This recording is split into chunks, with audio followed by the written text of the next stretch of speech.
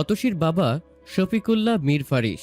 শফিকুল্লাহ সাহেবের ভাই বোন আছে তিনি বাদে 4 জন, 3 ভাই আর 2 বোন। তারা 2 ভাইয়ের মধ্যে সবার ছোট শফিকুল্লাহ সাহেব, আর 2 বোনের মধ্যে 1 বোন তার ছোট হয়। তবে সবার বড় ফারজাদের বাবা ফিরোজ মীর ফারিস। ছোট থেকে বাড়ির বড় সন্তান হওয়ার আলাদা দায়িত্ব, আর ছোট ভাই বোনেদের প্রতি কর্তৃত্ব চোখে পড়ে। আর তারা ছোট ভাই বোনেরা বাবার সমতুল্য সেই বড় ভাইয়ের দায়িত্ব আর কর্তৃত্ব পরায়ণতা মেনেও চলে, কারণ সম্মানের জায়গাটাই তেমন। ফিরোজ সাহেবকে কখনো অপ্রয়োজনীয় ধমকাধমকি কিংবা অশ্রাব্য গালি মুখে আনতে শুনেনি এ বাড়ির মানুষ। শুধু এই বাড়ির মানুষই কেন, বাড়ির বাইরেও কেউ আদেও মানুষটির মুখে এমন অশ্রাব্য সব গালি কখনো শুনেছে কিনা প্রশ্ন রয়ে যায়। সেই মানুষটির মুখে নিজেরই ছেলের উদ্দেশ্যে ছোড়া এমন জঘন্য গালি শুনে সকলে হতবম্ব হয়েছিল প্রথমে। পরপর একরাশ আতঙ্ক জাপটে ধরে তাদের।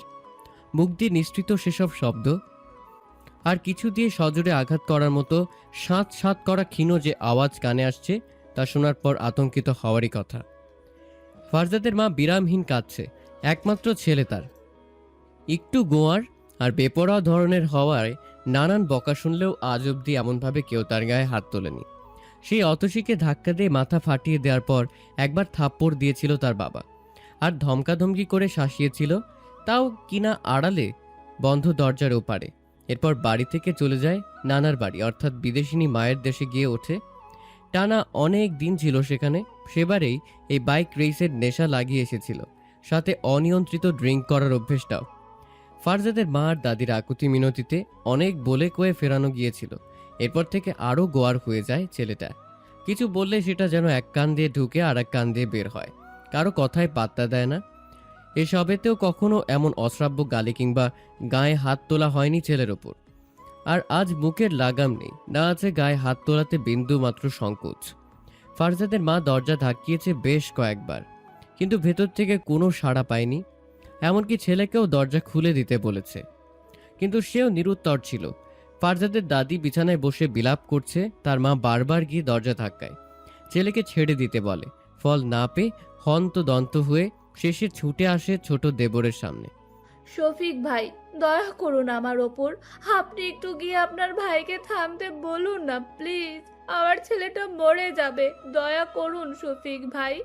অতসীর বাবা নিজেও কপালে ভাঁজ ফেলে থমথমে চেহারায় সবটা লক্ষ্য করছিলেন।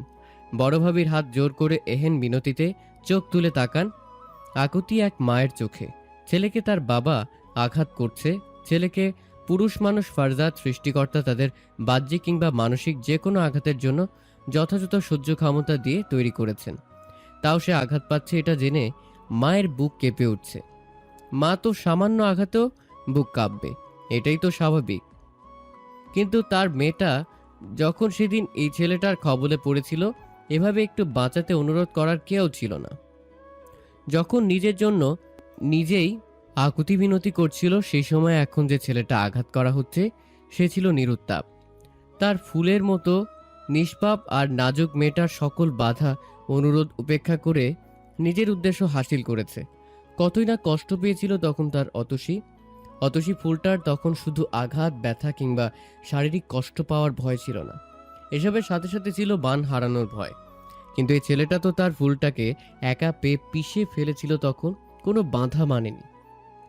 আর যখন সেই নিষ্পাপ ফুলটাকে কেউ কলঙ্কিত করে দিয়েছে এ কথা জেনেছিল, তখন বোধ হচ্ছিল তার পিতৃ মনের প্রতিটি কোণ অনামিশায় তলিয়ে গেছে। সেই নিকষ অন্ধকারে তার মন মস্তিষ্ক কোনো দিশা খুঁজে পাচ্ছিল না, কি করবে ভেবে পাচ্ছিল না। বুকের কম্পনে মনে হচ্ছিল হৃৎপিণ্ডটা বুঝি এবারেই থেমে যাবে চিরকালের জন্যে। মুহূর্তটার সকল দমবন্ধকর অনুভূতি অতসীর বাবার চোখে প্রতিচ্ছবির মতো ভেসে উঠল ফারজাদের মায়ের এই অনুরোধে।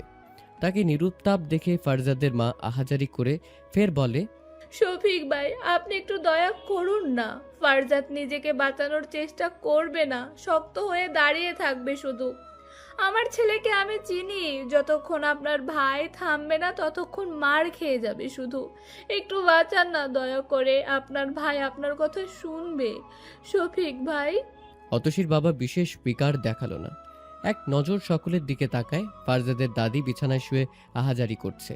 শেষ বয়সে এসে এসব ব্যভিচার আর অবাঞ্ছিত সব ঘটনার সম্মুখীন হতে হবে নিজেরই বাড়িতে, এই কল্পনার বহির্ভূত ছিল বৃদ্ধার। বাকিরা আতঙ্কে কি করবে ভেবে পাচ্ছে না। আরমান পাশে চিন্তিত ভঙ্গিতে দাঁড়িয়ে আছে। অতসীর বাবা নির্বিকার বেরিয়ে গেল ঘর থেকে। বড় ভাইয়ের কক্ষের সামনে গিয়ে দাঁড়ায়। ওপাশ থেকে প্রহারের শব্দের সাথে ভাইয়ের হাঁপানো, জোর দেওয়া কণ্ঠে অশ্রাব্য সব গালি ভেসে আসছে। শালা হারামির বাচ্চা, যেখানে গিয়ে মদ পান গেলে শিখেছিস, সেখানে গিয়ে দুনিয়ার নষ্টামিও শিখেছিস। সেখানে তো তোদের স্বভাবের মেয়েরাও অভাব নয়, ওইসব ক্লাবে গিয়ে নোংরামি করে আসতে পারলি না? ছ্যাঁত ছ্যাঁত আঘাতের শব্দ আরও তীব্র হলো, সাথে ফিরোজ সাহেবের হাঁপানো তবু জোর দেওয়া কণ্ঠ। আমার বাড়ির মেয়ের দিকে এই শকুনের নজর দেওয়ার আগে আমি এখনো বেঁচে আছি, এটা মাথায় আসলো না তোর? শালা হারামি কুত্তা, হারামি কোথাকার! তোর মতো কুলঙ্গারকে জন্ম দেওয়ার আগে আমাকেই তুলে নিত ওপরওয়ালা। বেয়াদব কোথাকার, দুশ্চরিত্র লম্পট! এই দিন দেখার আগে মরলি না কেন? তোর মতো কুলঙ্গার আমার ঘরেই এলো কেন? চরিত্রহীন কোথাকার! আঘাতের শব্দের সাথে সাথে আসা এই অশ্রাব্য কথাগুলো আর বেশি কানে আসার আগেই অতসীর বাবা দরজায় টোকা দেয়। ভাইজান, দরজা খুলুন। ওপাশ থেকে জবাব এলো না। গালি, প্রহারের শব্দ কোনোটাই থামেনি। অতসীর বাবা আরও কয়েকবার ডাকে, তবে সময়ের সাথে সাথে আওয়াজ কমে এলেও দরজা খোলা হলো না। ফারজাদের মাও ততক্ষণে অতসীর বাবার পেছনে এসে দাঁড়িয়েছে।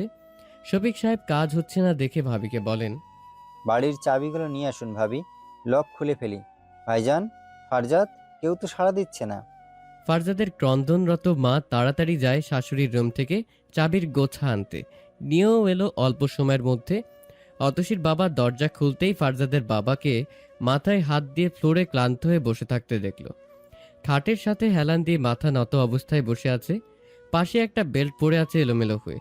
চোখ তুলে অল্প দূরত্বে তাকাতেই ফারজাদকে দেখা গেল শক্ত হয়ে দৃঢ়তাপভাবে দাঁড়িয়ে থাকতে।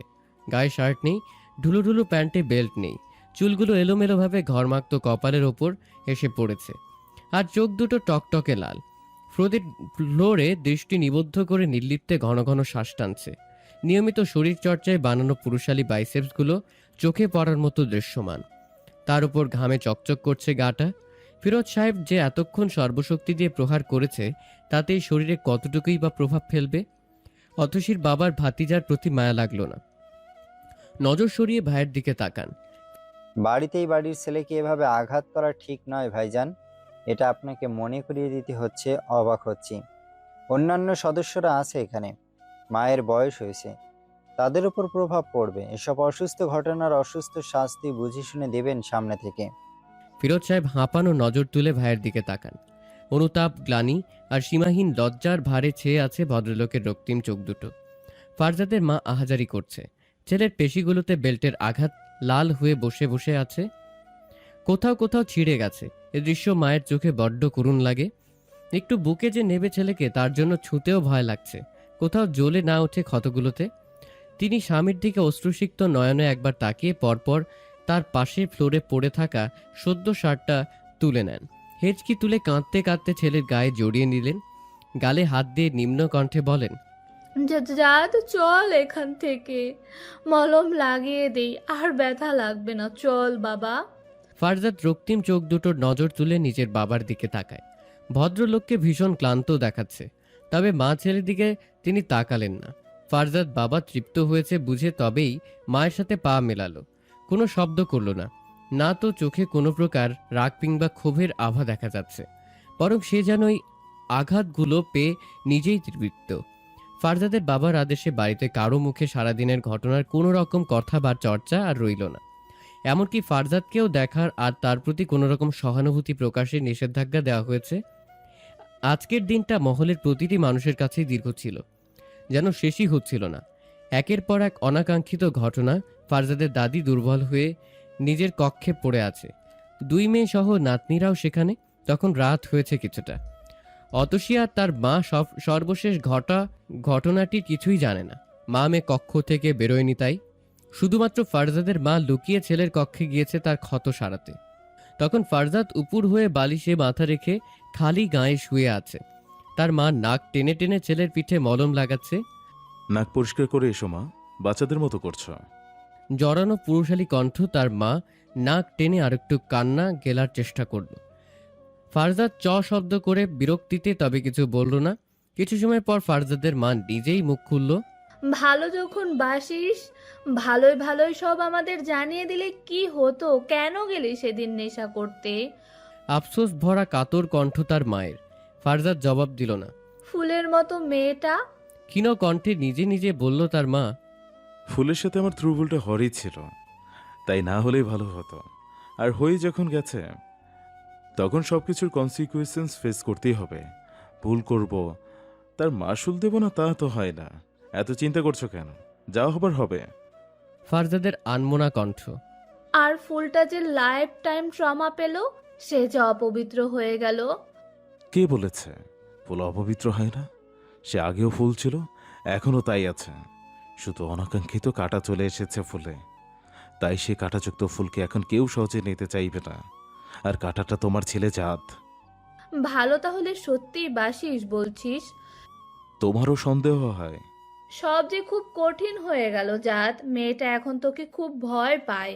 তুই যখন আশেপাশে ছিলি, ও তখন পারছিল না মায়ের বুকের ভেতরে ঢুকে যেতে। বুঝতে পারছিস কত প্যানিক করছিল? করবেই তো। তার মা ছেলের নির্লিপ্ততায় দুঃখে মলম দিতে দিতে জোরে চাপ দেয় পিঠে। ফারজাদ হেসে উঠল। এত হেলদেল ছাড়া কিভাবে আছিস? তোর চাচ্চু মেয়ে দেবে না তোকে। কত বোঝালাম আমি সহ তোর ফুপিরা, কারো কথা শুনেনি, আর তুই হাসছিস। তুমি চাচুকে বোঝাতে গিয়েছিলে? ভ্রু কুচকে প্রশ্ন করে সে। বোঝাবো না একটু? চ শব্দ করতে শোনা যায় ফারজাদকে। পরপর বলে। আর কিছু বোঝাবে না এই নিয়ে কাউকে। কিছু করার হলে আমি করব, বোঝানোর হলেও আমি বোঝাবো। মেয়ে দেওয়ার আগে শাস্তি দিক, তাও সমস্যা নেই। তুমি এসব ঝামেলায় কারো কাছে কোনো কিছু বোঝাতে যাবে না মা, এমনকি বাবাকেও না। অত শিখে চাইতে কিংবা আমাকে কোনো শাস্তি দিতে চাইলে সেসব আটকাতে কাউকে কোনো কিছু বলবে না, বুঝতে পেরেছ? আর শুধু তুমি না, বাড়ির সবাইকে মানা করে দেবে যেন মেয়ে দেওয়ার জন্য চাচুর কাছে অনুরোধ জোর কিছুই না করে। যা করার আমি করব। তুই একা কি করবি? তুই চাইলেই মেয়ে দেবে তোর চাচ্চু, মুখ ফিরিয়ে নেবে আরো। নিক, যত পারে মুখ ফিরিয়ে নিক। যখন আমায় ভালো লাগবে তখন না হয় মেয়ে দেবে, তাও এটা সেটা বুঝিয়ে আমার সাথে বিয়ে দেওয়ার জন্য কোনো প্রেশারাইজ করবে না। আর তোকে যদি কোনোদিন পছন্দ না করে, আমার নাতি নাতনিটার কি হবে? ফারজাদ সাথে সাথে মাথা তুলে এপাশ ফিরে। পরপর মায়ের কোলে মুখ গুজে নেয়। মা, চুলগুলো টেনে দাও। কি হলো? ব্যথা করছে মাথা? বিচলিত কণ্ঠে তার মায়ের। উফ। মাথা নাড়ে সে। তাহলে চুল টানতে বলছিস কেন যে? এমনি। তার মা চুল টেনে দিতে দিতে আদুরে চাপড় দিল গায়ে। ফারজাদ কিছু সময় পর নিজে নিজেই বলে ওঠে। যে আসছে ওর কথা মাথায় আসলে কোনো বাধা মানতে চায় না। যতদিন অতসীকে আমার না করে পারছি ততদিন ওর কথা বলো না। তার মা হেসে উঠল হালকা। তাই? এখন তো একই বাড়িতেই আছিস, তাও এত অধৈর্য লাগছে। কিছুক্ষণ পর ওরা চলে যাবে, তখন কি করবি? নাকি একাডেমিতে গিয়ে বাচ্চার মা দুটোকে বিরক্ত করা শুরু করবি? সাথে সাথে ফারজাদ মাথা তুলে তাকায়, কপালে ভাঁজ ফেলে জানতে চায়। ওরা চলে যাবে আজ? তো থেকে যাবে। তোর চাচ্চুর অভিমান পড়েনি আর না তো কোনোদিন হাতে এসেছে এখনো অবধি। সবাই আজকের রাতটা অন্তত থেকে যেতে বলেছিল, কিন্তু তারা থাকবে না। যত রাত হোক চলে যাবে। ফারজাদ কিছুক্ষণ চেয়ে থাকে অনুদ্দেশে। কপালে ভাঁজ তার। অতসীর মাকে শাশুড়ি ডেকেছে, হয়তো ছেলেকে বোঝাতে বলবেন যেন অতসী আর ফারজাদের বিয়ের জন্য মেনে নেয়। কিন্তু ফারজাদের দাদি মূলত ছেলের মতো ছেলে বউয়ের অভিমান ভাঙাতে কিছু কথা বলতে ডেকেছিল। যদিও অতসীর বাবাকে বোঝানোর জন্যও অল্প করে বলছে, সাথে দুই ননদও তাদের তিক্ত কথার জন্য অনুতাপ প্রকাশ করছে। অতসী তখন রুমে একা, চোখ লেগে এসেছিল তার। অতসী? আধো আধো ঘুমের মধ্যে কানের কাছে কারো ধিমি কণ্ঠের ডাকে বন্ধু চোখেই ভ্রু দৌড়ে উঠে অতসীর।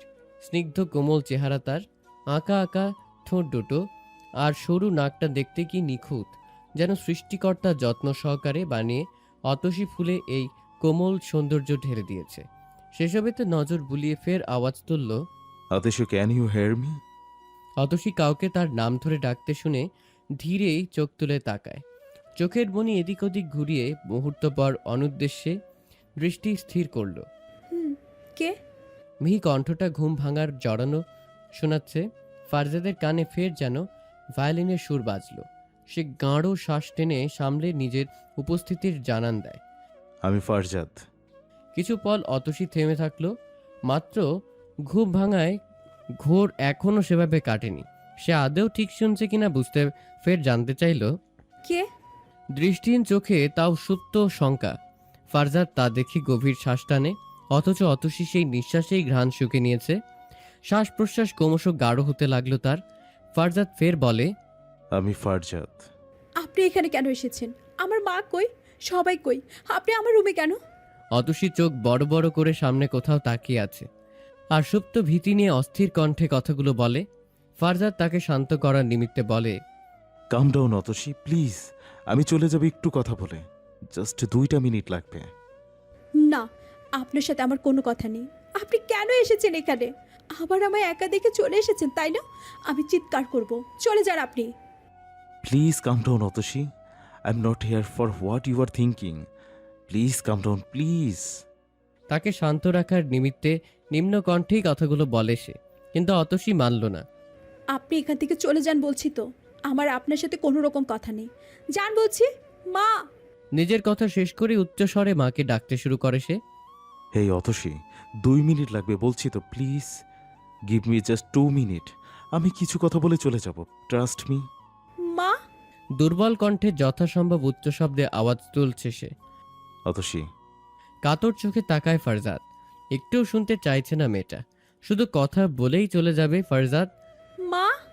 আরো উচ্চস্বরে ডাকলো সে এবার। প্লিজ অতসী। ফারজাদের মন চাইছে অতসীর মুখে আঙুল চেপে যা বলার আছে সবটা বলে চলে যেতে, কিন্তু সেই সামান্য ছোঁয়াটাও দিতেও তার বাচ্ছে। অতসী দুর্বল কণ্ঠে আবার উচ্চ শব্দে ডাকতে মুখ খুলে। ফারজাদ এক নজর বন্ধ দরজার দিকে তাকায়, মনে হচ্ছে কেউ চলে আসলো যে কোনো মুহূর্তে।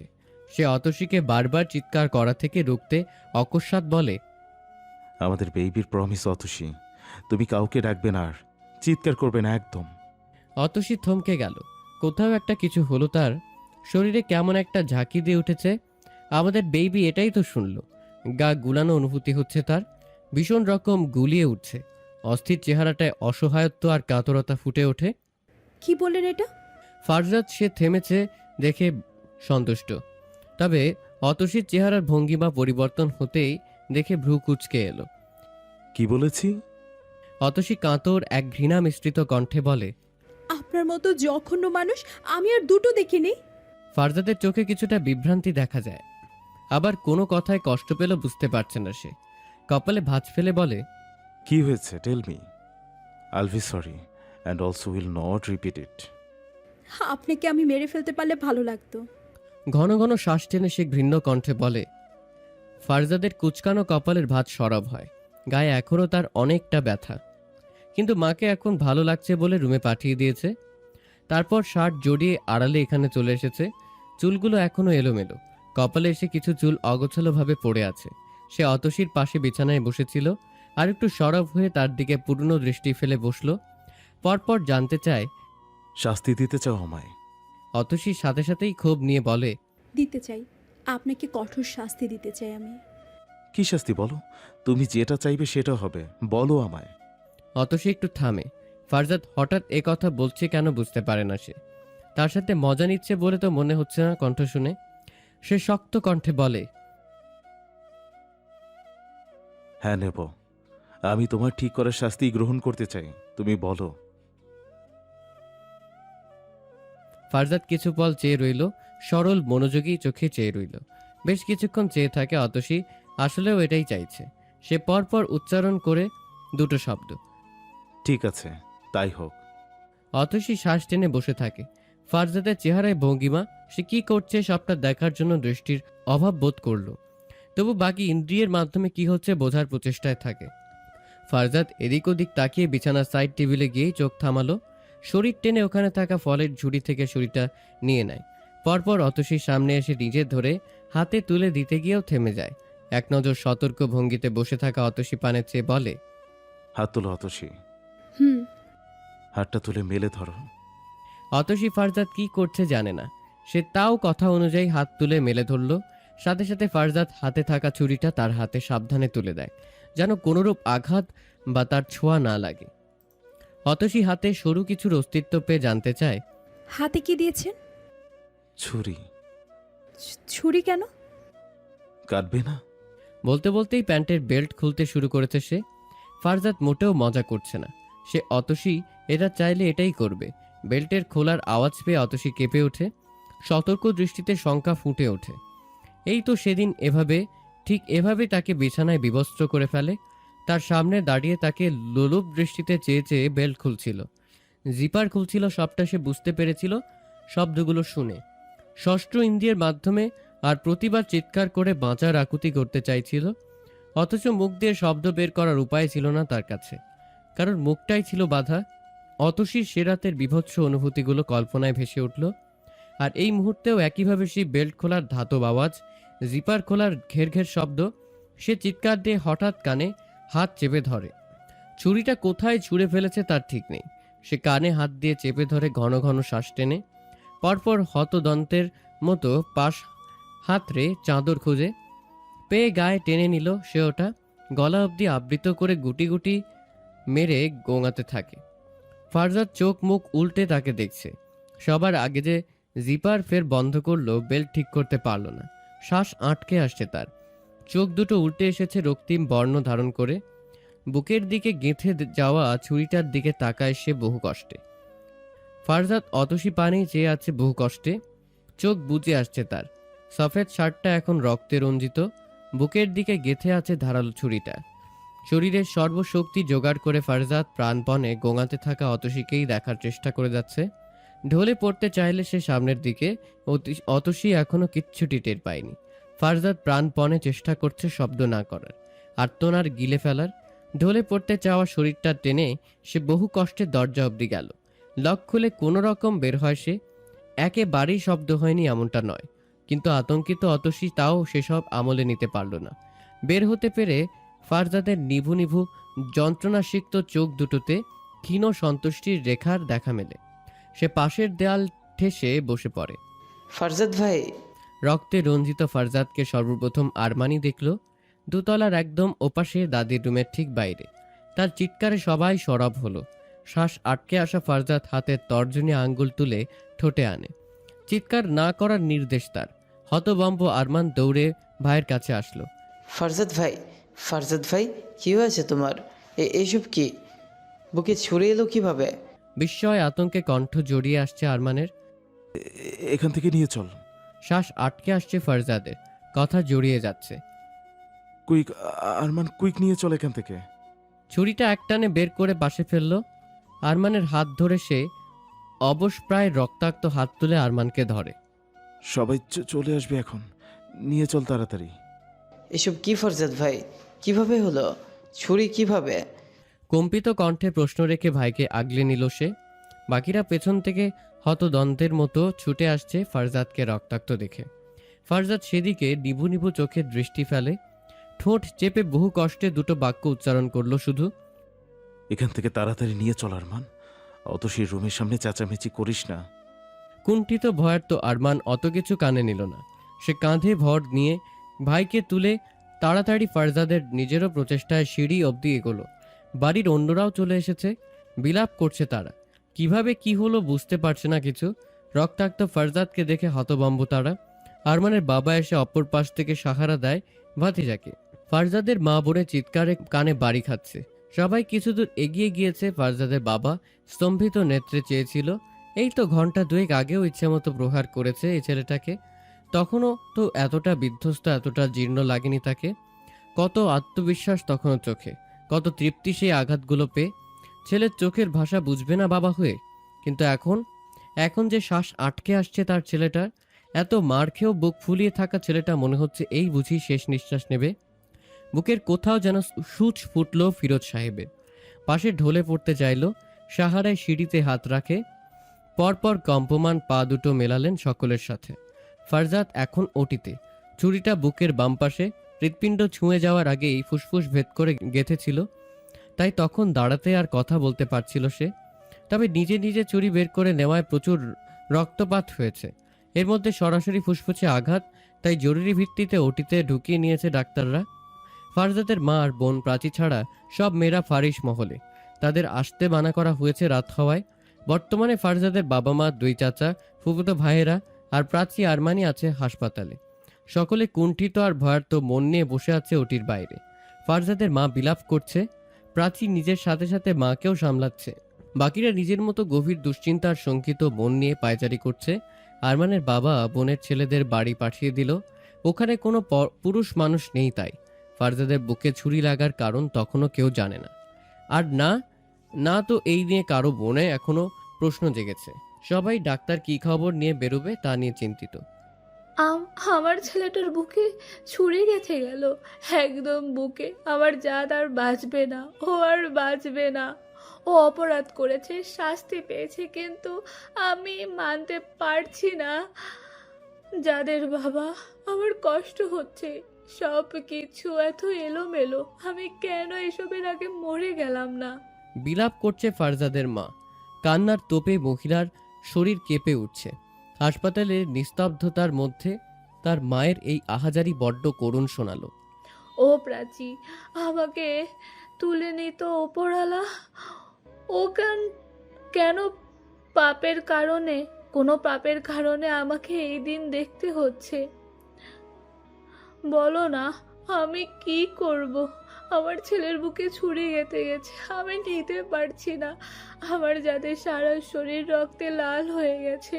মেয়ের বুকে মাথা রেখে দুর্বল কণ্ঠে বিলাপ করতে করতে বলে, আমি মরে যাব, ওর কিছু হলে আমি মরে যাব।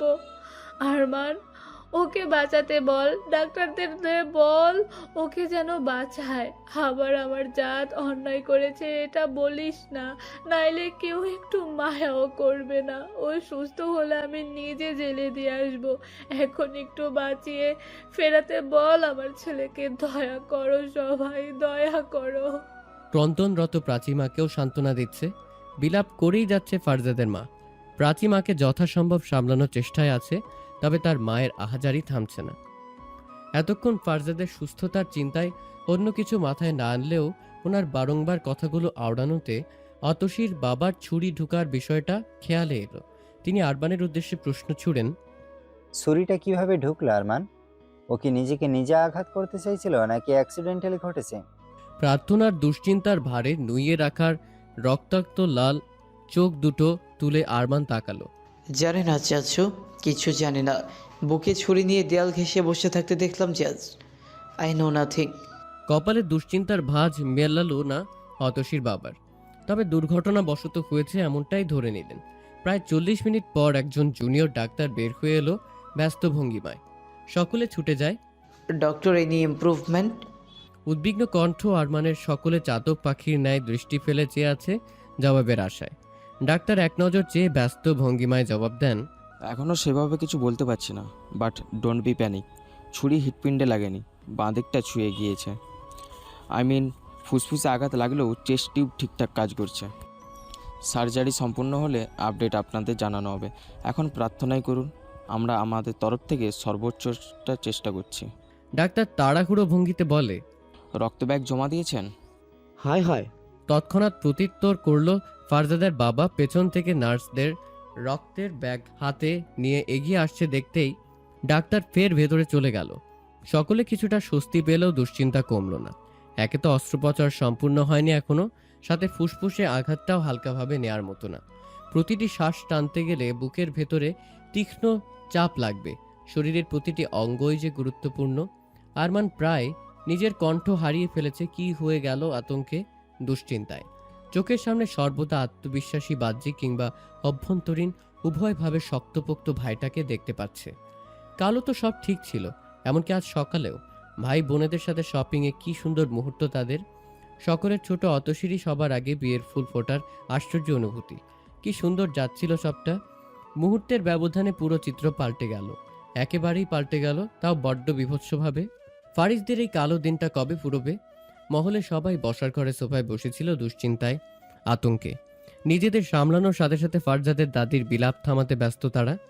ফারজাদের বড় ফুফির 2 ছেলে সাদমান আর আদনান এসে জানালো এখনও তেমন কোনো ভালো খবর নেই। তবে ছুরি সরাসরি হৃৎপিণ্ডে লাগেনি এই নিশ্চয়তা ওটিতে ঢুকানোর মিনিট কয়েক পরেই নার্স এসে দিয়েছিল। দুশ্চিন্তা কিছুটা কমলেও উৎকণ্ঠা কমল না কারো। ফারজাদের বড় ফুপি বলে, কিন্তু ওর বুকে ছুরি কিভাবে লাগলো সেটাই তো বুঝতে পারছি না। এ কথায় বাকিরাও সম্মতি জানালো। হ্যাঁ, আমিও এটাই ভাবছিলাম, এমন একটা দুর্ঘটনা ঘটলো কি করে, মাথায় ঢুকছে না কিছুতেই। ফারজাদের ছোট ফুপি, ফারজাদ ভাই কি নিজে নিজেই ছুরি খেলো? না হয় এই বাড়িতে কে কাকে ছুরি মারবে আবার? সবে তো তাদের রুমেই ছিলাম। আরোহীর চিন্তিত কথার বিপরীতে তার মা বলে, নিজে নিজে ছুরি খাবে কেন ফারজাদ? ও এমন কাজ কখনো করবে না আমার বিশ্বাস। তোমরা এখন ওইসব বিশ্লেষণ ছাড়ো প্লিজ। দোয়া করো যেন সহি সালামতে ফিরে আসে সবাই, ছেলেটার যেন বড় কোনো বিপদ না হয়। তার কথায় সেই আলোচনায় ভাটা পড়ল। গভীর দুশ্চিন্তায় থাকা অতসীর মায়ের মেয়ের খেয়াল হতেই এবার চোখ তুলে বলে, আপনারা সবাই এখানে বসুন তাহলে, আমি উপরে যাচ্ছি। হ্যাঁ হ্যাঁ, তুমি উপরে যাও অস্মিতা। অতসীটা আর না আবার চিৎকার চেঁচামেচি শুনে উঠে গেলে দেখো কাউকে না পেলে প্যানিক করবে চিন্তায়। মেজ জায়ের কথায় সম্মতি জানিয়ে উঠে গেল অতসীর মা। মেয়ের কক্ষে গিয়ে তাকে অপ্রকৃতি গ্রন্থভাবে শুয়ে থাকতে দেখে কিছুটা ঘাবড়ে গেলেন। গায়ে চাদর মুড়িয়ে কেমন অগোছালোভাবে শুয়ে আছে, মাথাটা বালিশের দিকেও না, বিছানার মাঝামাঝিতে কেমন এলোমেলো হয়ে চাদরে মুড়িয়ে আছে নিজেকে। মুখটা ছাড়া কিচ্ছু দেখা যাচ্ছে না। ছুটে এসে পাশে বসেন, গায়ে হাত দিয়ে জ্বর আসেনি দেখে কিছুটা শান্ত হন। অতসীমা উঠ, এভাবে ঘুমাচ্ছিস কেন? ঠিক করে শুয়ে দিয়ে তো গেলাম, এত নড়াচড়া করিস কেন? আশ্চর্য। গালে হাত দিয়ে মেয়ের কপালে লেপ্টে থাকা চুল সরিয়ে দিলেন। অতসী উঠ তো মা, বালিশে মাথা রেখে ঘুমা, নইলে মাথা ব্যথা করবে সকালে। অতসী কোনো সাড়া দেয়নি। শব্দ করে হালকা পাতলা গড়নের মেয়ের মাথা ধরে নিজেই ঠিক করে দিলেন। বর্বর মাথায় চুমুকে উঠে আসতেই ফ্লোরে রক্তের ফোঁটা চোখে পড়ল। প্রথমে ভ্রু কুঁচকে দেখতে কাছে গেলেও মুহূর্ত পর কিছু বুঝে থমকে গেলেন। জমে রইলেন অজানা আশঙ্কায়। নিজেকে ধাতস্থ করে হতদন্তের মতো ফের মেয়ের কাছে ছুটে গেলেন। অতসী অতসী উঠ, দেখি কথা বল মা। অতসীমা উঠ, কথা বল আমার সাথে। ডাকতে ডাকতে বুঝে গেলেন মেয়ে তার ঘুমায়নি, আবার অচেতন হয়ে গেছে। অতসীর বিচলিত মা পাশ থেকে পানির গ্লাস নিয়ে মেয়ের মুখে পানির ছিটকা দিল। মেয়েকে ডাকতে থাকলো আশঙ্কায়। অতসী কিছু সময় পর চোখ খুলে তাকে ধাতস্থ করে তার মা সবার আগে জানতে চাইল, অতসী, এখানে ফারজাদ এসেছিল, তোর সাথে দেখা করতে এসেছিল ফারজাদ। সবটা বুঝে উঠতে পারেনি। মায়ের কথায় ফের সবটা ভেবে মিইয়ে গেল। মাকে হাতড়ে মাথা তুলে তার বুক লুকায়। মা, আমরা এখান থেকে চলে যাই প্লিজ। এখানে আমার কিচ্ছু ভালো লাগে না। আমার দম বন্ধ হয়ে আসতে চাই এখানে। বিশ্বাস করো, একটু ভালো লাগছে না আমার এখানে। চলে যাব আমরা, তুই আগে বল তোর কাছে ফারজাদ এসেছিল কিনা। অতসী উৎকণ্ঠায় থাকলেও মায়ের কাছে লুকানোর ভুল আর করল না। ঢোক গিলে বলে, হ্যাঁ হ্যাঁ এসেছিল, এখানে এসেছিল। তুমি কোথায় ছিলে তখন? আমায় একা ফেলে চলে গিয়েছিলে কেন মা? তার মা বিচলিত কণ্ঠে সতর্কতার সহিত জানতে চায়, কিছু হয়েছিল এখানে? তোদের মধ্যে কোনো কিছু নিয়ে ঝগড়া হাতাহাতি হয়েছে? অতসী সরলভাবে মাথা নাড়ায়। ঝগড়া করিনি তো, হাতাহাতিও করিনি। ওনাকে চলে যেতে বলেছিলাম আর তোমাকে ডাক দিয়েছিলাম। ব্রু কুচকে যায় তার মায়ের। ফ্লোরে আরেকবার তাকিয়ে হঠাৎ কোনো এক চিন্তার টেবিলে রাখা পানির গ্লাসের পাশে ফুলের ঝুড়িতে চোখ দিলেন। ঝুড়িটা নেই। মাথা ঘুরছে ভদ্রমহিলার। কিছু বুঝতে পারছে না, তবে এখানেই কিছু একটা ঘটেছে। সাংঘাতিক কিছু এখানেই ঘটেছে তার মেয়ের সামনে, অথচ সে জানে না। এ বেশ বুঝলেন। ফারজাদ 3 দিন আইসিইউতে ছিল, আজ 5 দিন হলো কেবিনে আছে, রিলিজ দেওয়া হয়নি। অতসীরা পরদিনই নিজেদের ফ্ল্যাটে ফিরে গিয়েছিল। ফারিস মহলে তার মায়ের সবকিছু বোধে আসার পর যতক্ষণ ছিল পুরোটা সময় অস্থিরতায় কেটেছে। তাই এটা ওটা কারণ দেখিয়ে শেষ পর্যন্ত নিজেদের গন্তব্যেই ফিরে গেছে তারা। এই কদিনে যারা ফারজাদকে দেখতে এসেছিল প্রত্যেকেরই মুখে ছিল একই প্রশ্ন, ছুরিটা কিভাবে ঢুকলো, কেন ঢুকলো? আর সে প্রতিবারই সংক্ষেপে ইট ওয়াজ অ্যান অ্যাক্সিডেন্ট বলে বিষয়টা এড়িয়ে গেছে। এমনকি তার বন্ধুরাও যারা অতসীকে ঘিরে ঘটা গোপন ঘটনার বিষয়টা আগেই জানতো, তাদের কাছেও বিস্তারিত কিছু খোলাসা করেনি সে। অ্যাক্সিডেন্টলি বলতে ঠিক কিভাবে এ নিয়েও নানান প্রশ্নের মুখোমুখি হতে হয়েছে তাকে। হওয়াই স্বাভাবিক। বুকে ছুরি গেঁথে দেওয়া তো কোনো সাধারণ ঘটনা নয়। তবু ফারজাদ কাউকে বিস্তারিত কিছু জানায়নি, কারণ এই নিয়ে বেশি কথা হলে আবার কেউ কেউ অতসীকে প্রশ্নবিদ্ধ করতে পারে, যা একেবারেই চায় না সে। তার কারণে অতসীর জীবনে আর এক বিন্দু মুসিবত আসুক তা ফারজাদ চায় না। এ কারণেই তখন যে কোনোভাবে সে অতসীর রুমের সামনে থেকে দূরে সরে যেতে চাইছিল, সব প্রশ্ন সব ঝঞ্ঝাটের হাত থেকে তাকে আড়াল করতে। এখন তার মাথায় ঘুরছে একটাই প্রশ্ন, অতসী কি তার ছুঁড়ে দেওয়া ছুরিতে ফারজাদ আঘাতপ্রাপ্ত হয়েছিল এ কথা জানে? এ প্রশ্ন হুঁশ আসার পর থেকেই তার মাথায় ঘুরপাক খাচ্ছে। অতসী যদি জেনে থাকে তাহলে সে হয়তো তার ছোড়া চাকুতে ফারজাদ আঘাত পেয়েছে বলে সবাই এ কথা জানলে তাকে দোষারোপ করবে। এই ভেবে আতঙ্ক বা মানসিক চাপে থাকতে পারে। একে তো তার জন্য আর কোনো মুসিবতে অতসী পড়ুক তা সে চায় না, তার উপর নাজুক মেয়েটার মধ্যে আরেকটা নাজুক প্রাণ আছে, তার সন্তান আছে। এই অবস্থায় তো আরও যত্নে সামলে রাখা উচিত অতসীকে। ফারজাদের অতসী আর তাদের অনাগত সন্তানের নানান চিন্তায় কিছুই ভালো লাগছে না। মনটা কেমন অস্থির হয়ে আছে। কেবিনে শুয়ে আছে সে, জানালার ফাঁক দিয়ে ঢুকে পড়া বিকেলের আলো এসে পড়েছে মুখের ওপর, তাতেও তার ভ্রুক্ষেপ নেই। সে আধশোয়া অবস্থায় চোখ দুটো বন্ধ করে এসব ভাবনায় গভীরভাবে মজেছে। গায়ে হালকা নীল রঙের হাসপাতালের পোশাক, সামনে বাঁ পাশে মোটা ব্যান্ডেজ, শ্বাস নিলে সামান্য ওঠানামা করে বুকের অংশটা। বাম পাশে চেস্ট টিউব ছিল, এখন খুলে ফেলা হয়েছে, তবে জায়গাটায় ছোট্ট গজ আর টেপ লেগে আছে। মুখে রক্তশূন্যতা ফ্যাকাশে ছাপ, তবে চোয়ালের রেখা আগের মতোই দৃঢ়। কয়েকদিনের না কাটা দাড়িতে তাকে আরও গভীর লাগছে।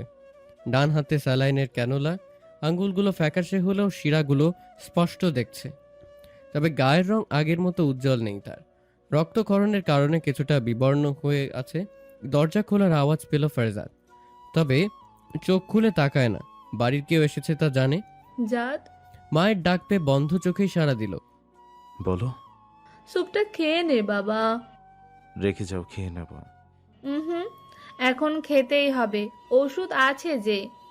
এখন ভালো লাগছে না মা, ডিস্টার্ব করো না প্লিজ। নির্লিপ্ত কণ্ঠ তার। আমি খাইয়ে দেই, ভালো না লাগলে। ফারজাদ এবার চোখ খুলে তাকালো। জননী তার কেমন জীর্ণ শীর্ণ হয়ে আছে, চেহারাটা ফ্যাকাশে, চোখের নিচে কালি। সেদিনের ঘটনাগুলোর পর থেকে দিনরাত চিন্তায় থাকার ফল। এর মধ্যে আবার তার উপর বয়ে যাওয়া প্রাণঘাতী দুর্ঘটনা। ভবিষ্যতে সবকিছু ঠিক কোন জায়গায় গিয়ে দাঁড়াবে এই নিয়েও চিন্তা। সব মিলিয়ে বলতে গেলে শুধু ফারজাদ আর তার মা নয়, ফারিস মহলের প্রতিটি সদস্যই নিজেদের মতো চিন্তায় আছে। সুন্দর সমাধান না হলে আর সবটা বাইরে জানাজানি হলে ফারিসদের সম্মানেও খুব বড় একটা কাঁলি লেগে যাবে। সার্বিক পরিস্থিতি বিবেচনায় কিছুদিন সবটা নিয়ে কথাবার্তা স্থগিত রাখলেও দুশ্চিন্তা কারো এক ফোঁটা কমেনি। এদিকে দাও। সাইড টেবিলের এলোমেলো সবটা গুছিয়ে রাখছিল তার মা। ছেলের চাওয়ায় স্যুপের বাটিটা এগিয়ে দিল। নে, খেয়ে নে, সময় মতো ঔষধ না খেলে তো তাড়াতাড়ি সুস্থ হবি না। হুম। ফারজাদ চামচ দিয়ে অল্প করে মুখে নিতে নিতে জবাব দেয়, পরপর বলে, আরমান কি চলে গেছে মা? থাকলে একটু এখানে পাঠিয়ে দাও তো। হ্যাঁ আছে, যাইনি এখনো, ক্যান্টিনেই হয়তো, আমি পাঠিয়ে দিচ্ছি, তুই খেয়ে নে।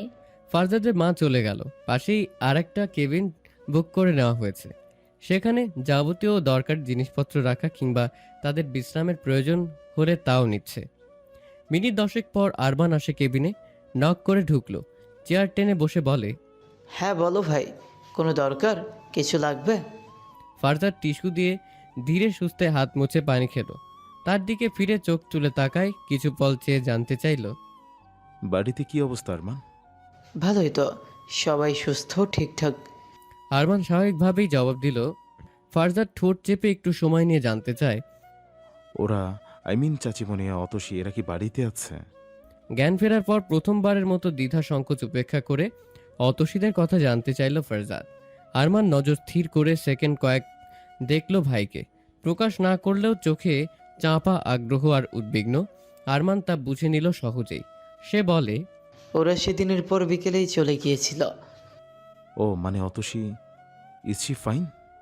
আরমানের কেন জানি হাসি পেল। ফারজাদের ভেতরে থাকা চাপা উৎকণ্ঠা আর চিন্তা টের পাচ্ছে।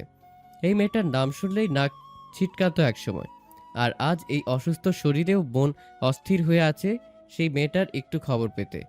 আরমান জানে জ্ঞান ফেরার পর থেকে অতসীর কথা ভেবেই যত দুশ্চিন্তায় মগ্ন ছিল ফারজাদ, কিন্তু সেই অবস্থায় এসব কথা আর তুলতে চায়নি।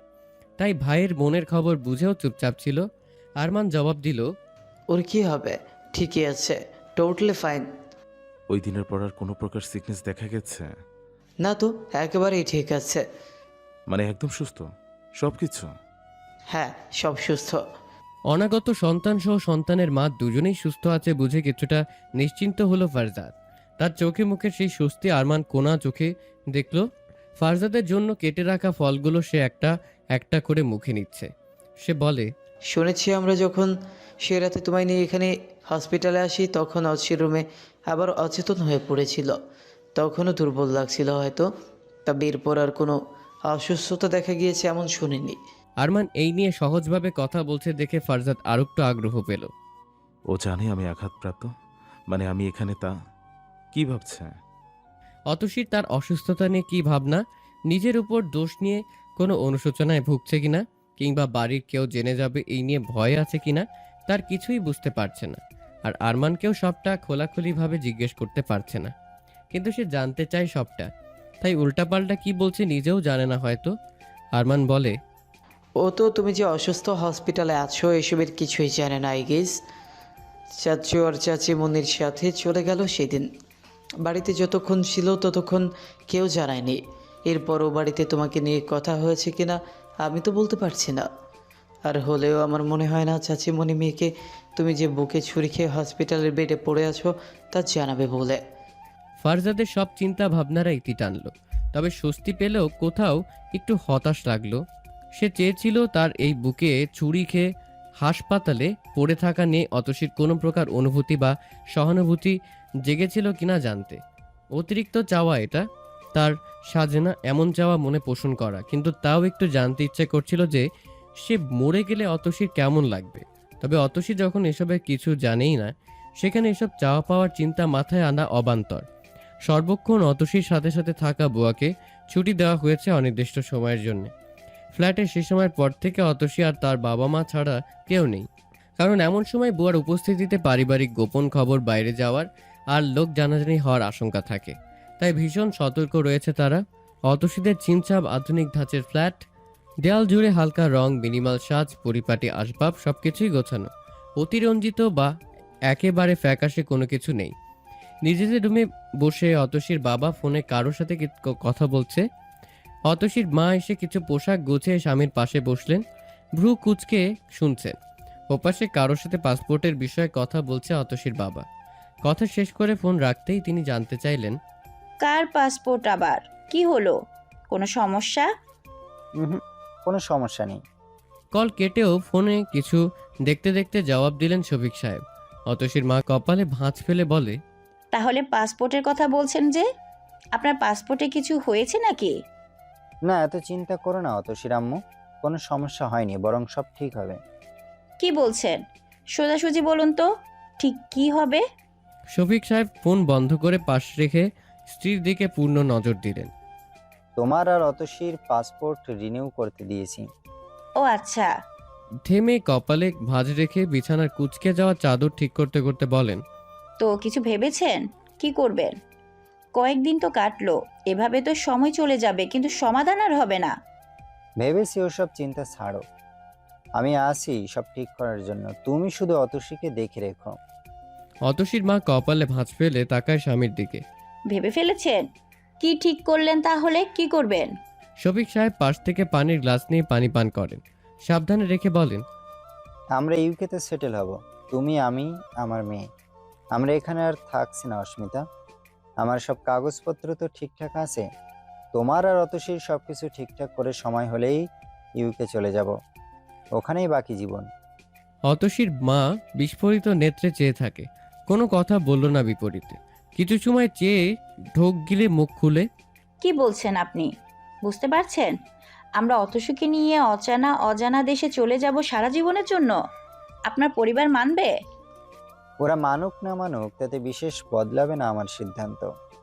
এখানে অতসীর জীবন কঠিন হয়ে যাবে ফারজাদকে ছাড়া, আর ফারজাদের কাছে আমি মেয়ে দিচ্ছি না। অতসী বাচ্চা নিয়ে এখানে থাকলে মুহূর্তে মুহূর্তে নরক যন্ত্রণা পাবে, আশপাশের মানুষের কাছে। এখানে থাকা কোনোভাবেই সম্ভব না। আপনার মাথা খারাপ হয়ে গেছে। অচেনা অজানা দেশে গিয়ে উঠবেন। খোদা না করুক আপনার কিছু হয়ে গেলে আমি এই ভিন দেশে আমার মেয়েকে নিয়ে কি করব?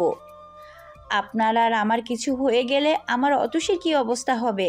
এসব কিছু মাথায় আছে আপনার? এমনি মন বলল আর সিদ্ধান্ত একটা নিয়ে নিলেন। আজাইরা চিন্তা করছো, সব ঠিক থাকবে। অতসীকে আমি সময় হলে ওর যোগ্য কারো হাতে তুলে দেব। মেয়েকে যখন পাঠিয়েছে খোদা আমাদের কাছে, তখন ওর জন্য কাউকে বানিয়েওছে। যেভাবে হোক খোদার ঠিক করা জুটির মিলন হবেই। আমার অতসীর যোগ্য কাউকে পেলে আমি অবশ্যই ওকে দেব। ওরা একটা আলাদা পরিবার হবে। আর যদি তেমন কিছু হওয়ার আগেই আমাদের কিছু হয়ে যায় এমন চিন্তা করে থাকো, তাহলেও বলছি শোনো, একবারেই সবার সাথে যোগাযোগ ছিন্ন করে যাব এমন তো না। বড় ভাই, মেজো ভাই ওরা আছে, অতসীকে নিজেদের কাছে নিশ্চয়ই ফিরিয়ে আনবে। আর তারপর যদি সেই ফারজাদের সাথেই তখন সবটা ঠিক করে দেয়, তাহলে করুক। অতসীর জীবন সাজিয়ে দেওয়ার আগে আমি মরলে না হয় তাই করুক, কিন্তু আমি বেঁচে থাকতে ফারজাদের কাছে অতসীকে দেব না। ভিনদেশে গিয়ে ভিনদেশীদের কাছে মেয়ে দেবেন বললেই হলো? আমি কিছুতে এসব মানছি না। কেমন না কেমন মানুষ বিদেশিরা। বিয়ের নাম করে আমাদের মেয়েকে নিয়ে বেচে দিলে তখন কি করবেন? আমি অতসীকে কোনো ভিনদেশী ছেলেপেলের কাছে বিয়ে দিতে দেব না। সে যতই আপনার পছন্দের বা চেনা জানা হোক, এখানেই থাকবো সবাই। পারলে আপনার ভাতিজার সাথে সমাধান করুন সব। এছাড়া যাই করবেন সব দিকে নানান আশঙ্কা থাকবে। আপনার বাড়িতেই সেফ থাকবে বাচ্চা সহ আর অতসী। যা হয়েছে এরপর অন্য কোথাও ওকে নিয়ে শান্তি পাবেন না। মিলিয়ে নেবেন আপনি, আর কোথাও শান্তি পাবে না অতসী। এত সহজ নাকি সবটা? তুমি কঠিন করে দেখছো তাই কঠিন লাগছে। এমনভাবে বলছো যেন ওখানে কাউকে চিনি না আমি, আর আমরাই প্রথম বিদেশে যাচ্ছি সেটেল হতে। আশ্চর্য। থেমে বলেন, সিদ্ধান্ত নিয়েছি যখন সব জেনে শুনে আর বুঝেই সিদ্ধান্ত নিয়েছি, এত চিন্তা করো না। কিন্তু আমি ওখানে যাব না, অতসীও যাবে না। বেশি কথা না বলে ঘুমিয়ে পড়ো। অতসীর সব ওষুধ খাইয়েছো? গা ঝেড়ে বসতে বসতে বললেন তিনি। হতশীর মা রেগে বলে, আমি বুঝতে পারছি না আপনাদের এত জেদ আসে কোত্থেকে। আপনার ভাতিজা জেদি হলে আপনিও কোনো দিকে কম না। আপনার মেয়েকে ওষুধ খাইয়ে এলাম হাজারটা কাহিনী করে, গায়ে তার বাচ্চা, এসবের হুঁশ তার থাকে না। খাবার দাবারের ঠিক নেই। এত ঝামেলা না হলে নীরবের সাথে বিয়ে দিয়ে আমি সারাটা জীবন নিশ্চিন্তে থাকতে পারতাম। সেটা হলো না। এখন অন্তত যেখানে দেওয়ার সেখানে দিয়ে নিশ্চিন্তে থাকা যেত। এটাও জেদের জন্য আপনার সহ্য হচ্ছে না। আপনি বুঝতে পারছেন না অতসীর বাবা? অতসীকে ভালো যোগ্য কারোর হাতে যদি তুলেও দেন, তাহলেও সুন্দর জীবন পেলেও ওর বাচ্চাটা সুন্দর জীবন পাবে তার গ্যারান্টি নেই। তখন মা হিসাবে আমার অতসীর ব্যর্থ হয়ে উঠবে। কিছু করা থাকবে না ওর, অথচ সবাই ওকেই দোষ দিবে। আবার ওর বাচ্চাটা যদি নিয়েও নেয় আপনার পরিবার, তাহলেও অতসী সকলের কাছে ব্যর্থ মাই থেকে যাবে। না জানি সবার সাথে সাথে বড় হয়ে ওর সন্তানও ওকে ভুল না বুঝে। এত এত অনিশ্চয়তা ফেলে দেবেন না দয়া করে মেয়েটাকে। ও এত কিছু নিতে পারবে না। অতসীর মা সেদিনের পর থেকে নানানভাবে স্বামীকে মানানোর চেষ্টায় আছে, যেন দেশের বাইরে যাওয়ার সিদ্ধান্ত বদলে নেয়। কিন্তু আরও 2-4 দিন কেটে গেছে, এখনও অবধি তেমন কোনো লাভ হয়নি। এত এত ঘটনার পর আবার এতদিন ঘরবন্দি থাকায় মানসিকভাবে অবসাদ আর বিষণ্ণতা কাজ করতে পারে অতসীর মধ্যে। মন সুস্থ না থাকলে শরীরের শক্তিও কোথাও না কোথাও ম্লান হয়ে পড়ে। শুধু তার জন্য না, অনাগত সন্তানের জন্য ক্ষতিকর। তাই ছুটির দিন হওয়ায় মেয়ে আর স্ত্রীকে নিয়ে বের হয়েছেন শফিক সাহেব। অতসীকে নিয়ে স্বামী স্ত্রীর এমন ছুটির দিনগুলোতে ঘুরতে বের হওয়ার অভ্যেস আগে থেকেই আছে। যেহেতু পরিবার থেকে দূরে থাকে, তার উপর মেয়ে বিশেষ চাহিদা সম্পন্ন, নানান ঝঞ্ঝাটার তুচ্ছ তাচ্ছিল্য থেকে অনেক সময় চাইলেও বাঁচাতে পারে না। তাই তাকে নিজেদের মতো যথাসম্ভব সুস্থ সুন্দর জীবন দেওয়ার চেষ্টায় থাকে তার বাবা মা। মেয়েকে খুব করে আগলে রাখে।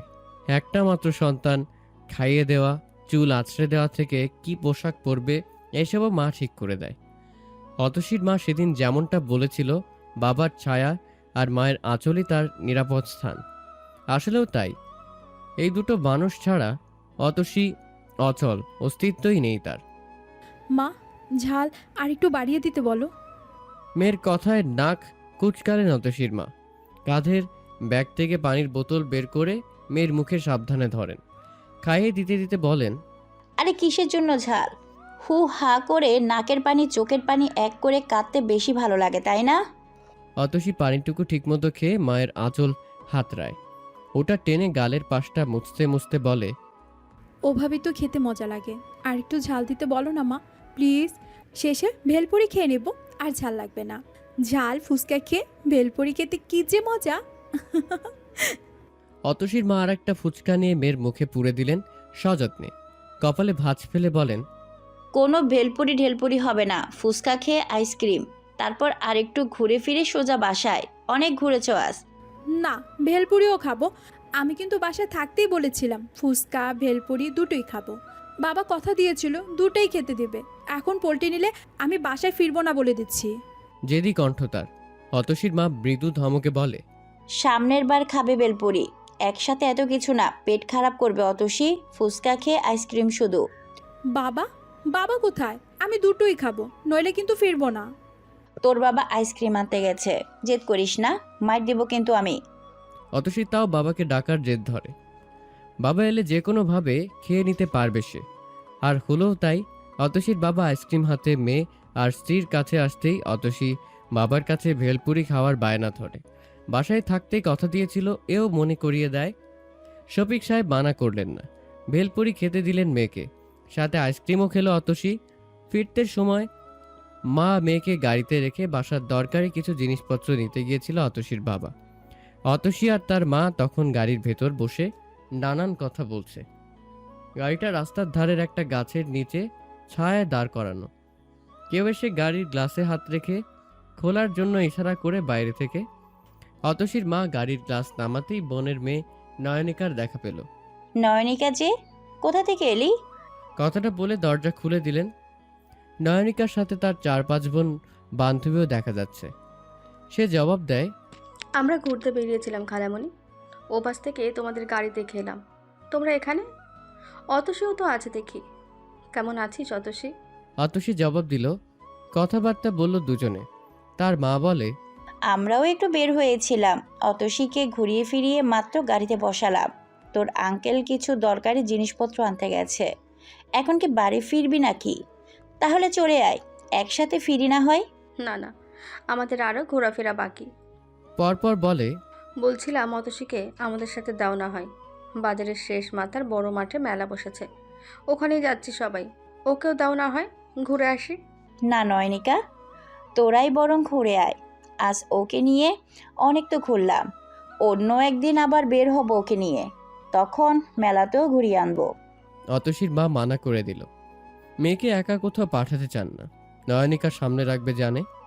তবু মেলায় গিয়ে ওকে পাহারা দেওয়া ঝামেলার কাজ হবে তাদের জন্যে। তার উপর নয়নিকা অতসীর সাথে ঘটে যাওয়া ঘটনার কিচ্ছু জানে না, তাই সে অন্তঃসত্ত্বা এ কথাও অজানা তার।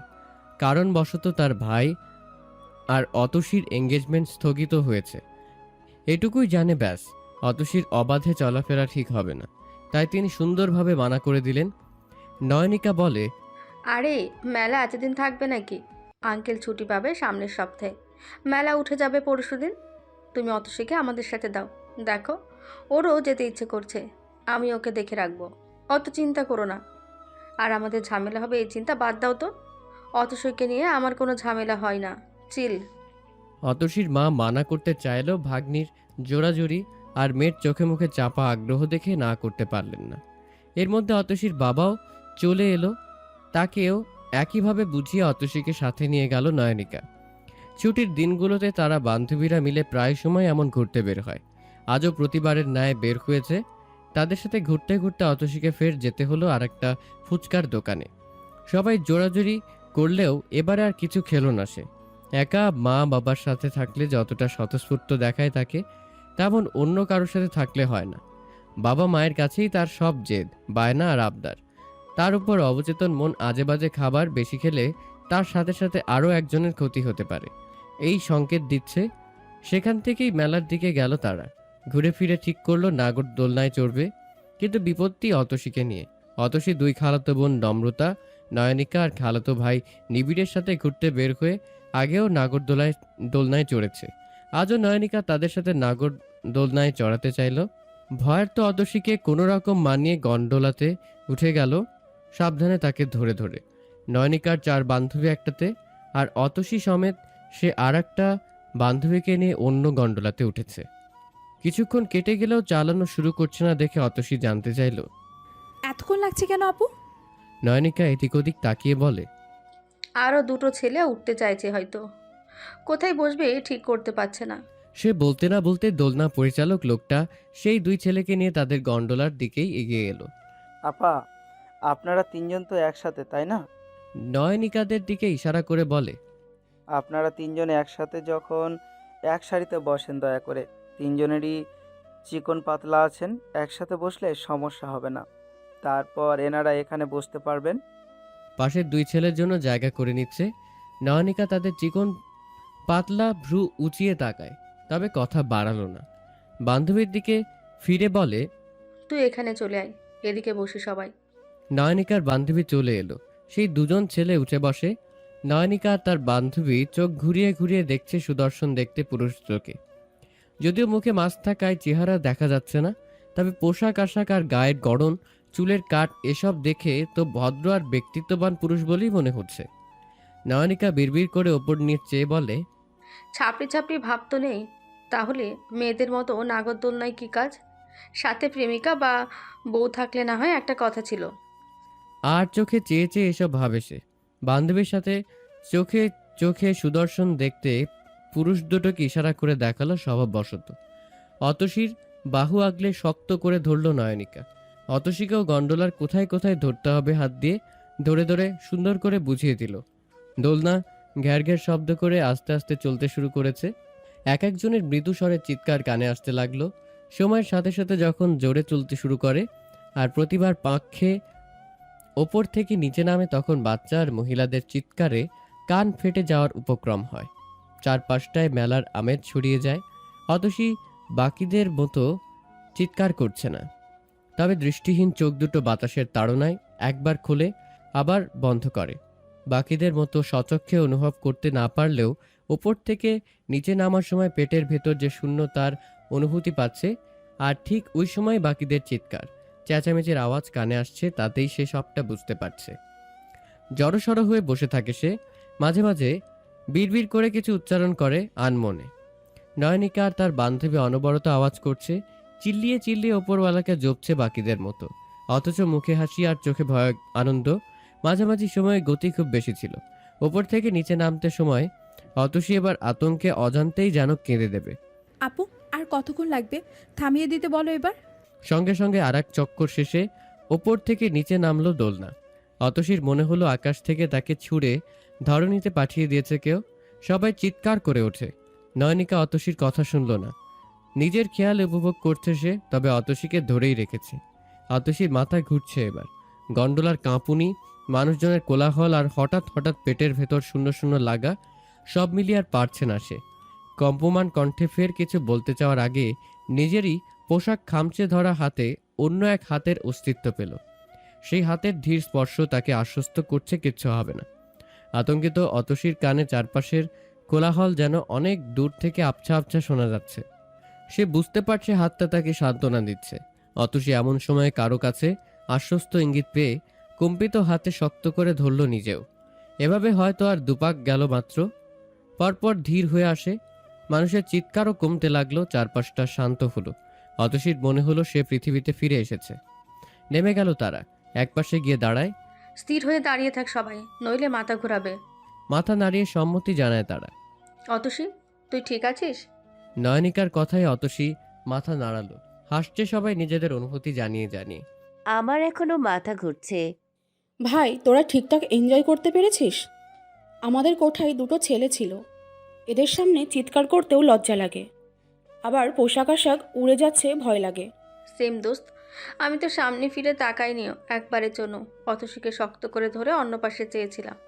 আর ছেলে দুটো নিজেদের মধ্যে দু একবার কথা বলেছে শুধু, পুরো সময় নীরব ছিল। ভয় লাগেনি বোধহয়। আমার তো ওপর থেকে নিচে নামার সময় জান বেরিয়ে আসতে চাইছিল, কসম। নানান কথাবার্তা চলে তাদের। শরীরের কম্পন থেমেছে মনে হলে তারা গেল একপাশে বিভিন্ন চুড়ি, কানের দুল, ঝুমকা সহ মেয়েদের বাহারি অলংকারের দোকানগুলোর দিকে। সবাই এক একটা দেখছে, অতসী সবার মধ্যেই আছে। নয়নিকার বান্ধবী মিম জানতে চাইল, নয়নিকা, ও তোর বড় খালার মেয়ে নাকি ছোট খালার? নয়নিকা হাতে নেওয়া ঝুমকা জোড়া দেখতে দেখতে জবাব দেয়, অতসীর কথা বলছিস? ও আমার মেজো খালার মেয়ে। আমার মা তো সবার বড়। হ্যাঁ হ্যাঁ, বড় বলতে ওটাই বোঝাতে চাইছি। ও কি, ও যে ফারিসরা, ওদের মেয়ে? তোর মেজো খালা না ফারিস বাড়ির বউ, নাকি ছোট খালা? হ্যাঁ, মেজো খালাই। অতসী হচ্ছে ফারিসদের সবচেয়ে ছোট মেয়ে। অতসী ফারিস। মিম মাথা নাড়ালো। একবার পেছন ফিরে অতসীর দিকে তাকায়। তাকে যেখানটায় দাঁড়িয়ে থাকতে বলা হয়েছে ওখানেই দাঁড়িয়ে আছে লক্ষ্মী মেয়ের মতো। নয়নিকার বান্ধবী ধীরে তার কাছে এলো। অতসী, চুরি দেবে? বলে সে নিজেই হাত ধরে ছুরিগুলো পরিয়ে দিল। অতসী হাতে ছুরির অস্তিত্ব অনুভব করে কিছু বলতে যাবে তার আগে মিম বলে, হ্যাঁ জানি, বাড়িতে তোমার অনেক চুড়ি আছে, ওইগুলো থাক নিজের মতো, তুমি আজ এগুলো পরো হাতে। অতসী হেসে সম্মতি জানালো। মিম তার দিকে চেয়ে থাকে কিছু পল। নয়নিকাদের দিকে পেছন ফিরে একবার তাকিয়ে সাবধানের সহিত বলে, অতসী, তোমাকে একটা কথা জিজ্ঞেস করব, সত্যি সত্যি জবাব দেবে? অতসী কিঞ্চিত ঘাবড়ে যায় এ কথায়। আজই তো পরিচয়, এর মধ্যে কি এমন গোপন কথা জানতে চাইবে যে এভাবে বলছে? কিছুটা ঘাবড়ে গেলেও অসম্মতি জানালো না। হ্যাঁ বলুন আপু, জানলে অবশ্যই বলবো। শুনেছি তোমার সাথে নাকি খারাপ কিছু হয়েছে, বলতে চাইছি তুমি নাকি প্রেগনেন্ট, এটা কি সত্যি? দৃষ্টিহীন অতসীর অন্ধকার জগৎটা ধাক্কা খেয়ে নড়ে উঠেছে মনে হলো। মুখটা ফ্যাকাশে হয়ে ওঠে। এসব কি শুনছে? বাইরের মানুষরা জানে এসব কথা? অতসীর মাথাটা ঘুরে ওঠে। কি হলো, চুপ যে? বলো না, এসব কি সত্যি? তোমার পরিবার কি কোনো স্টেপ নেয়নি রেপিস্টের এগেনস্টে? এভাবে এভাবে যেতে দিল সবটা? আর শুনলাম মিম সতর্ক কণ্ঠে জানতে চায়, শুনলাম রেপিস্ট নাকি তোমার চাচাতো ভাই। এসব কি সত্যি অতসী? তোমার চাচাতো ভাই এসব করেছে বলে কি এখনো তোমার বাড়ির সবাই সবটা চেপে রেখেছে, নাকি তুমি কিছু বলনি কাউকে? এভাবে সবটা যেতে দিলে? কোথাও তোমার সাথে তোমার চাচাতো ভাইয়ের আগে থেকে সম্পর্ক ছিল এমন নয় তো? মানে অবৈধ সম্পর্ক? কৌতূহলে না চাইতেও আগ বাড়িয়ে নানান প্রশ্ন করে ফেলল মিম। অতসীর কেমন লাগতে পারে, কেমন লাগছে তার কিছুই মাথায় নেই মিমের। শুধু দুচোখ গোপন কথা জানার অদম্য কৌতূহল। অতসী কান্না চেপে বহু কষ্টে জানতে চাইল, আপনাকে এসব কথা কে বলেছে আপু? কাঁপছে অতসীর গলা। মিম সাথে সাথে জবাব দিল, আর কেউ বলেনি। তোমার সেই চাচাতো ভাই ফারজাদ নাম না তার? সে আমার ফুফাতো ভাইয়ের বন্ধু। ওদের ফোন আলাপ শুনেছি কিছুদিন আগে। বলল না তো এসব সত্য? পরপর আবার বলে, প্রেগনেন্ট বলেও শুনেছিলাম। তোমার কি খারাপ লাগে না নাজায়েজ সন্তান, নিজের রেপিস্টের সন্তান তোমার গায়ে? ছি ছি, কি বাজে একটা ঘটনা। বিচারও করলো না তোমার বাড়ির কেউ। আচ্ছা, বাচ্চাটা কি অ্যাবর্শন করে ফেলেছ, নাকি বিয়ে করে নেবে তোমার চাচাতো ভাইকে? আগে থেকে সম্পর্ক থেকে থাকলে বিয়েই করে নিও, তবে সম্পর্ক না থাকলে অ্যাবর্শন করিয়ে ফেলতে পারো। তোমার অনিচ্ছায় এসব হয়ে থাকলে তো যতবার বাচ্চাকে দেখবে ততবার ওসব স্মৃতি মাথায় ঘুরবে। শত হোক অবৈধ সন্তান, তোমার কলঙ্কের চিহ্ন হয়েই থেকে যাবে সারা জীবন। সবাই বলবে তোমার চরিত্র খারাপ। অতসীর টলমল চোখ আর ঠোঁট ভেঙে আসছে দেখে মিম এবার কিঞ্চিত ঘাবড়ে যায়। পেছনে বান্ধবীদের দিকে এক নজর সতর্ক দৃষ্টি ফেলে অতসীকে বলে, আরে কাঁদছো কেন? আমি এমনিতেই জানতে চাইছিলাম তোমার সাথে এসব হয়েছে কিনা। আমি শিওর না। তোমাদের বাড়িতে তুমি সবার ছোট বলল নয়নিকা, আর ভাইয়ার বন্ধু মানে তোমার কাজের নিচে চাচাতো বোনের সাথে এমন কিছু করেছে বলেই শুনেছি মনে হয়েছিল, তাই জিজ্ঞেস করছিলাম। তুমি প্লিজ কিছু মনে করো না। আমি আরও ভাবলাম তোমার পেয়ে মানে তুমি অন্তঃসত্ত্বা, কিন্তু আমি হয়তো ভুল। তুমি কেঁদো না প্লিজ। বলে সে নয়নিকার পাশে গিয়ে দাঁড়ালো। ওর সাথে কথা বলতে বলতে কেঁদে দিয়েছে দেখলে আবার কি হয়েছে জানতে চাইবে। অতসী তখন সে কি বলেছে জানিয়ে দিলে নয়নিকার তোপের মুখে পড়তে হবে। অতসীর অজানা রাগ ক্ষোভে সবটা জ্বালিয়ে পড়িয়ে দিতে মন চাইছে। কেমন অসহ্য লাগছে চারপাশটা। কারো ধাক্কা খেয়ে একটু সরে গেল, তবে পড়ল না। সামলে অন্য পাশে দাঁড়ায়। ওই অভিশপ্ত ঘটনাটা অতসীর পিছু ছাড়ছে না যেন। একটু সেসব ভুলে আগের মতো থাকতে চাইলেও পারে না। হয় কোনো না কোনো ঘটনা তাকে সেসব মনে করিয়ে দেবে, না হয় কেউ না কেউ মনে করিয়ে দেবে। কেন সেই বিভৎস ঘটনাগুলো নিয়েই কৌতূহল থাকতে হবে সবার? কেন তাকে একটু সবটা ভুলে শান্তিতে থাকতে দিলে মানুষের কোথায় আর কি সমস্যা? তার ওসব মনে পড়লে অসহ্য যন্ত্রণা হয়, ঘৃণা হয়। আর এখন এই বাচ্চাটাকে অসহ্য লাগছে তার। পেটে ওই নরপিশাচটার নোংরামির চিহ্ন। আজ অতসীর গর্ভে সত্যি সত্যিই কেউ আছে বুঝতে পারিনি বলে যা মিম ভাবছে তা ভেবে চলে গেছে। কাল যখন বাচ্চাটা আরো বেড়ে উঠবে, তার পেট ফুলে যাবে, তখন অতসী সবাইকে কি করে বলবে যে সে পবিত্র অপবিত্র? বরং ওই নোংরা মনের মানুষটা। অতসী মোটেও অপবিত্র নয়। তার মা তাকে বুঝিয়েছে। রাতে কান্না পেলে মা তাকে বোঝায়, প্রতিবার বোঝায় যে অতসীর কিছু না, এতে তার কোনো দোষ নেই। না তো কোনো অপবিত্রতা আছে তার শরীরে। যা নোংরা সব ফরজাদ ভাইয়ের মন, মস্তিষ্ক, শরীর সবকিছু নোংরা ওই মানুষটার। অতসীর কিছু না। সে এখনো অতসী ফুলই আছে। কিন্তু তার মা তো তাকে এটা বলেনি যে বাচ্চাটা নাকি তার কলঙ্কের চিহ্ন। সত্যিই তো, মিম ঠিকই বলেছে, বাচ্চাটা তার কলঙ্কের চিহ্ন। সে যে অপবিত্র তা এই বাচ্চাটাই তো প্রমাণ করে দেয়। তাহলে কি তাকে এই বাচ্চাটা নিয়ে অপবিত্রতার চিহ্ন নিয়েই থেকে যেতে হবে সারা জীবন? অতসী নানান ভাবনায়, মানুষের ধাক্কায় সরে দাঁড়াতে ভিড়ের মধ্যে যে হারিয়ে গেছে তা এখনো বুঝতে পারেনি। আপু, নয়নিকা আপু। কয়েকবার ডাকলো সে, কিন্তু সাড়া না পেয়ে এক পা দুপা এগিয়ে এদিক ওদিক ফিরে ডাকে। কারো সাড়া পেল না। রাগে দুঃখে এখানেই বসে যেতে ইচ্ছে করছে তার। তবু জেদ নিয়ে অনুদ্দেশ্যে দৃষ্টি ফেলতে যতটুকু পারে চলতে থাকে বোনকে ডাকতে। দিশেহারার মতো সুপ্ত জেদ নিয়ে চলতে দৈবাত পেছন দিকে কেউ এসে তার হাত ধরে আটকে নিল।